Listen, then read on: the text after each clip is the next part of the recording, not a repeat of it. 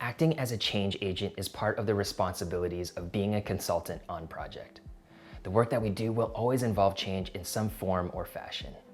This could be implementing a new system or process that alters the current state of operations, conducting an assessment that will lead to change in an organization, or even just supplementing a client team and elevating their way of working. In this module, we're going to dive into how clients experience change on projects and what we can do to support and enable that change. We'll also touch on how to measure success and help our clients define and measure outcomes on the projects we're delivering on. All right, let's jump into it.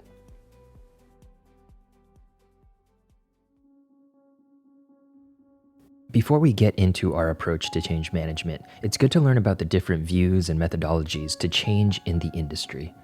ProSci has a structured process that leans heavily on the people side of change. IDEO's Change by Design became a huge hit in the business world and their human-centered approach.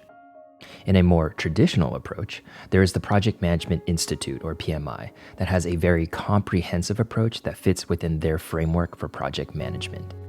Each of these organizations, and many more out there, all have their own approach, frameworks, and methodologies. I'd encourage you to check out some of these if change management is something that really interests you and want to expand your knowledge on this topic, and we'll provide some links below for you to check that out. Shifting back to our project delivery framework and the focus areas we dive into in this program, we believe change management is one critical component of the execution phase of your projects. On that note, let's talk about the change journey that our clients go through on projects.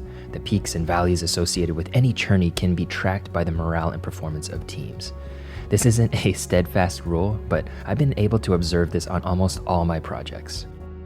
We can break this down at a high level into 6 phases to the overall project. It'll start with a ramp up to the new change we're implementing, and in this ramp up, the morale and performance is pretty much in its baseline steady state. In this stage, we want to assess the proposed change, and our focus is to gain consensus on the need for change. As we near the transition period, excitement and anxiety may rise, and you may find a bump in morale and performance, especially as companies ramp up support resources. In this lead up, our focus is to align and prepare the organization for the change. We want everyone to have a collective view of the future and instill the confidence in the transition period. From there, we usher in the transition. When the change occurs, there is an inevitable dip in performance as teams adjust to the change, and maybe some unforeseen issues occur that need to be quickly resolved. Our goal here is to support the organization and begin showing the benefits of the change as much as possible.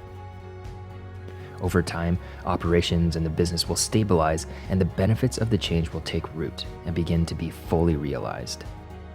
Finally, we eventually cross over into what we hope is the desired end state. If all goes well, the organization transitions to this new normal with improved morale and performance. At this point, we don't want to lose momentum and start instilling a culture of continuous improvement. Complacency can easily set in, and we always want to keep the company growing and thriving.